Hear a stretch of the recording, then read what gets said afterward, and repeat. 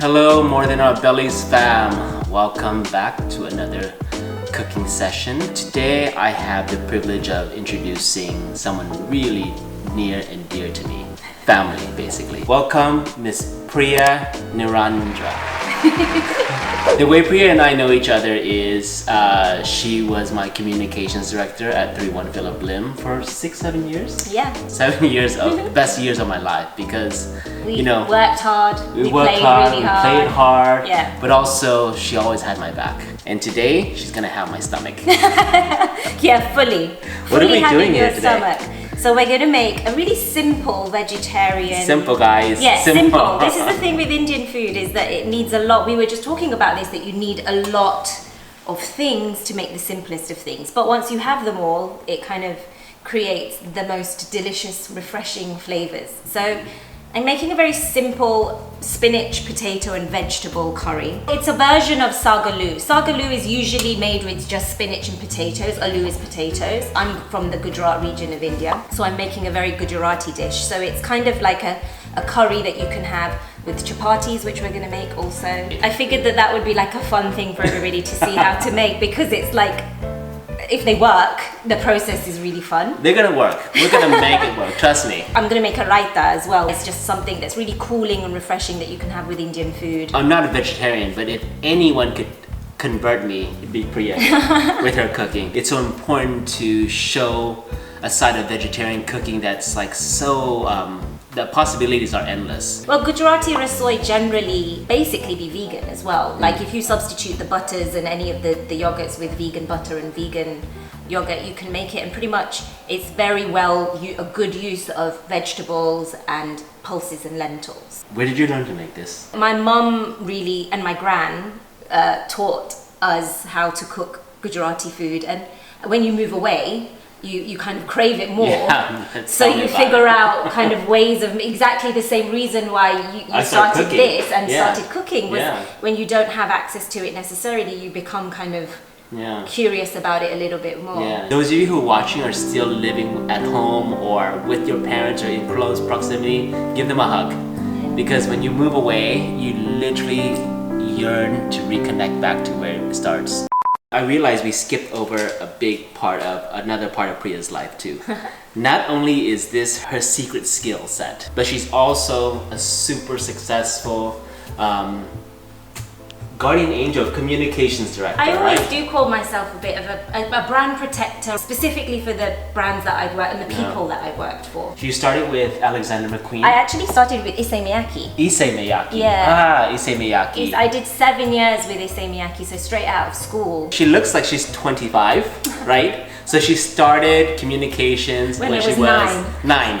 So she's a prodigy. And then after Issey Miyake, I joined McQueen, where I worked 6 years, the 6 final years of his life. I worked with Alexander McQueen. Alexander McQueen, the genius. You know, at the time when you're working with a creative like that, you don't even realize the kind of company that you're in. No. Because you're just living it and working it. And actually all of the creators that I've worked with, Issey-san, Lee, with you, and even with Mrs. Prada now, these are people that I gravitate towards because they make you want to be better people. They make you want to do the best of what you're doing. So after Lee, after McQueen, I had the privilege. I convinced her to come to New York. You totally did. I had no intention at all. We worked together, it was just like gangbusters. We worked so hard and we did amazing things, and I have such fond memory. Now you're at Prada. Yes. Prada Miu Miu. Yeah, and I head up all of the marketing and communications for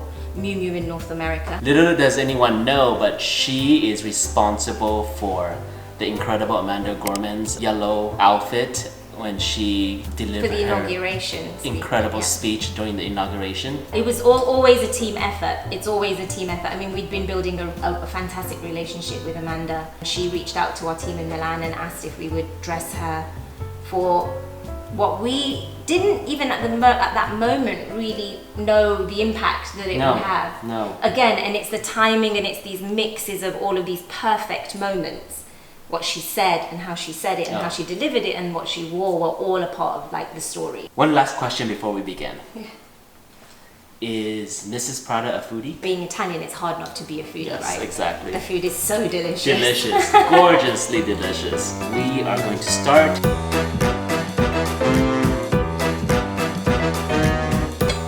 So I'm just gonna chop the onions. Some may call me pedantic and some may call me crazy, but I have a very specific way of chopping onions. And I know it's not rocket science, but it really makes a difference to me. My dad taught me that if you cut the onion with the skin on this way and always keep the root on, so you've got something to hold when you're cutting it. Pretty much all Indian curries are based out of with onion. Because what they do is if you caramelize them very early on in the oil, they create the kind of the delicious thick gravy. Oh my god.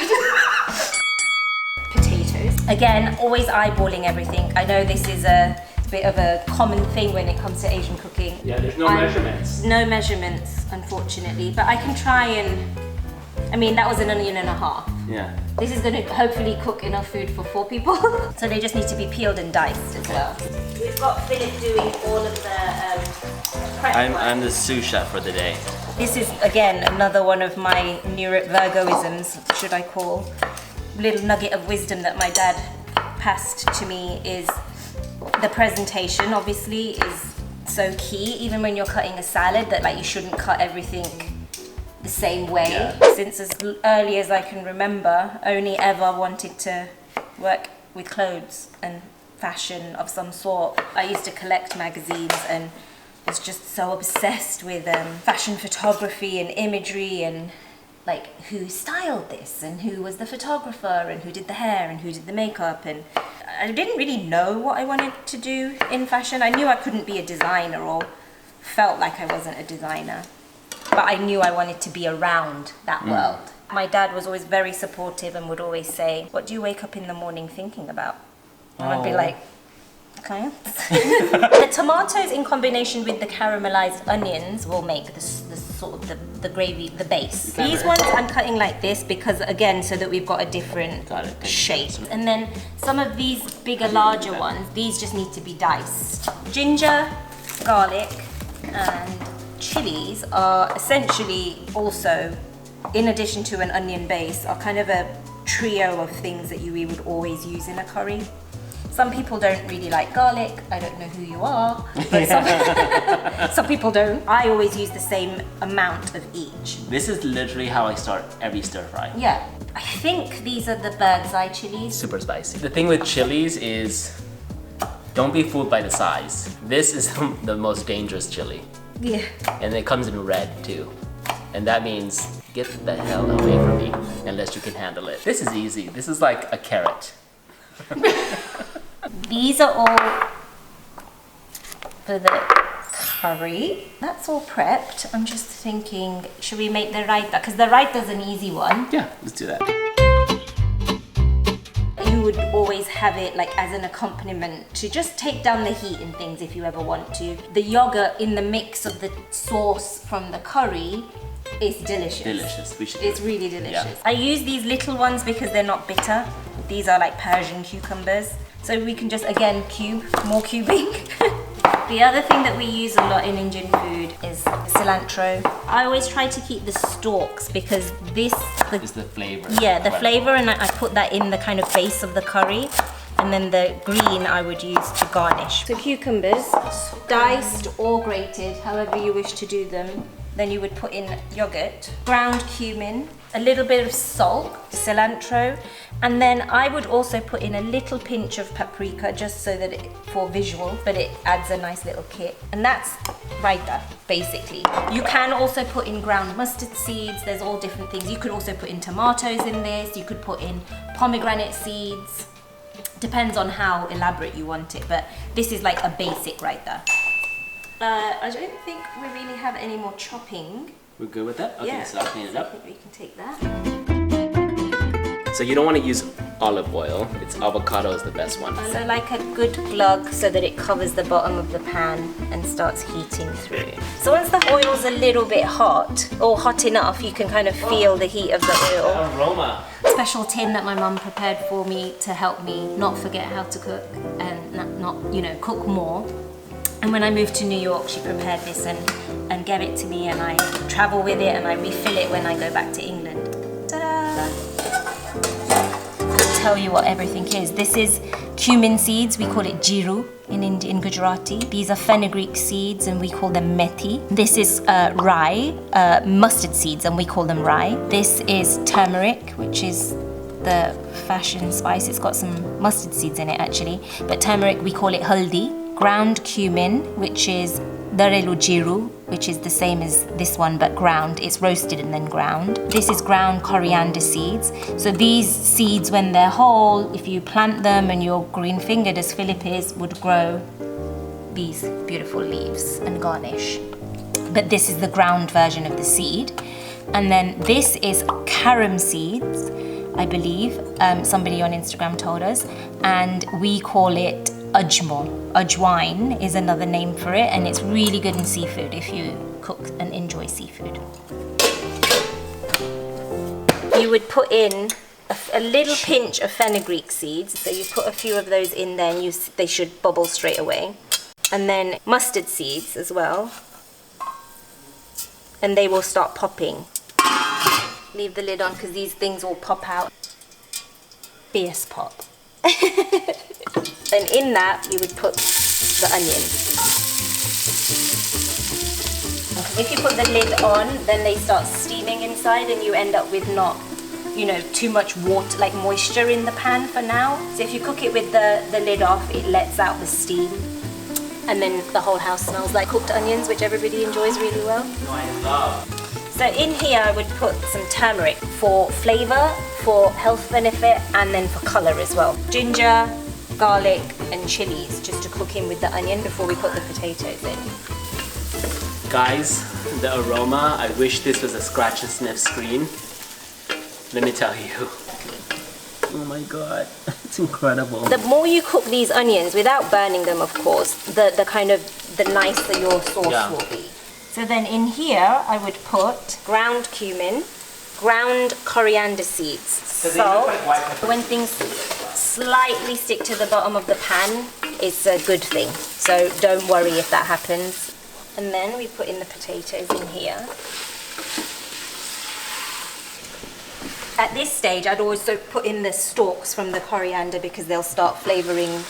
What I didn't have in my little spice kit is paprika because there's only 7 containers, so I keep paprika separately, but this chili is more for the color. And they're going to cook for a little while in there, like 5 minutes or so, before we put any of the other veggies in. But I'm just putting spinach and peas and tomatoes. I did bring okra to maybe put some okra in it as well. Sometimes okra can get a bit sticky, so I was thinking about frying them so that we can put them on top for crunch. Let's do that.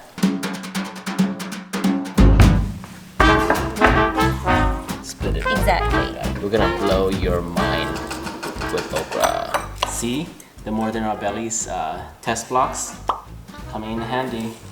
It's got an amazing sound when you chop. So you see the spinach is completely wilted down in here. At this point I would probably add these tomatoes that Philip cut in a different shape, just to add another dimension of shape in here, but it needs the tomato to make the curry. We just coat the okra before we fry it. Okay, great. So I'll use some of this flour, which is just like a whole wheat flour. Again, back to trusted spice box, a bit of turmeric, ground coriander again, a pinch of salt, spice. So you just like lightly dust and coat each of the sticks. Then we just have to heat some oil up and fry them. Kind of move them around so they don't all stick, basically. Do you want to take a peek at the curry? Oh, yeah. You see how it's all like reduced down? You see the tomatoes, the red tomatoes, the peas are kind of coming out and cooking. These bowls are beautiful. I wonder who makes them. Yeah. What are they, Philip? Glad you asked. They happen to be prototypes of More Than Our Bellies' next collaboration with a ceramicist based in Brooklyn. Chapati flour or a regular whole wheat flour that you can buy at any supermarket. You don't have to go to the Indian supermarket. If you want to be measuring that much flour, 1 spoon of flour will make 1 chapati. You make a little well in the bottom of the, and then you put in some oil. Just like fill the well a little bit, maybe. Again, eyeballed, sorry. And then you go in with your fingers, this is the fun part. Go in with your fingers and mix in the oil and kind of crumb it, like breadcrumb it a little bit. And I also put some water on to heat up. You don't want boiling water because that will bake the dough. You want just warmed through so that you can at least get your fingers in there. Put in a little bit at a time. If the water's too hot, then you can use a spoon to kind of mix it in a little bit. So you're looking for a dough that doesn't stick to your hands. My mom always used to say the sign of somebody that can make a good dough, a chapati dough, is if the bowl's clean. You know, when you finished it. And look, Mum, Clean. bowl's clean. This is the rolling pin I learnt to roll chapatis on. So you take the little piece of dough, like about kind of your fist size, and this is how I roll them. Dust it.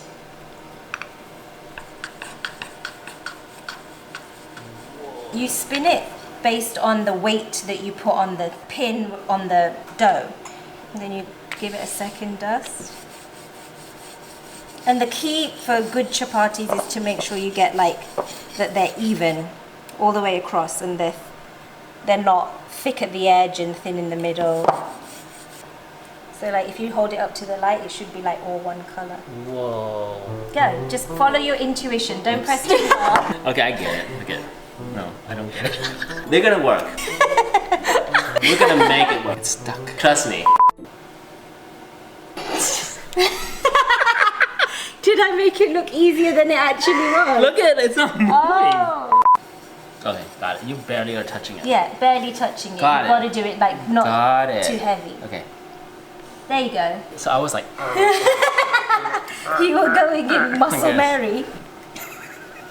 look at mine and look at Priya's. Mine, Priya's. Like a flat pan or a pancake pan on a medium heat. Once you see the color change, then you can flip it over. So you don't put oil on it? Huh? No, no oil. I also have asbestos fingers, but be careful because this is all going to be hot. Asbestos fingers. Here we go. Whoa.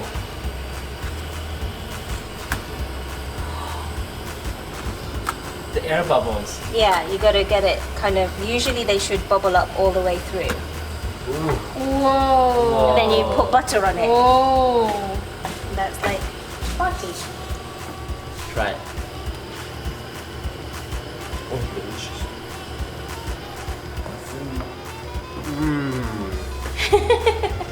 Good?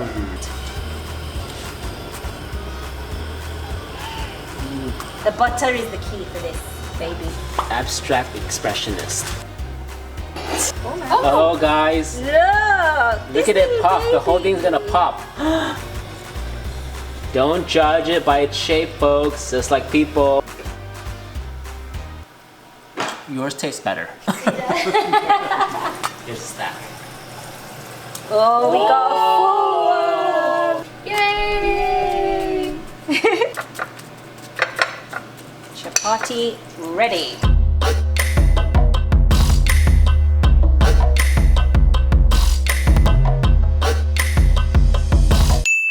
Okay guys, so we are at the end of this video here. An Indian vegetarian home cooked meal by the one and only Preia. I hope it's good. Thank you again so much, and see you again at More Than Our Bellies. Thank you.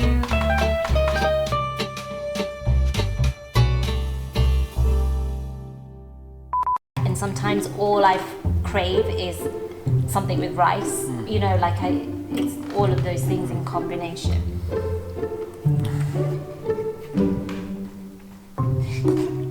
That's the face.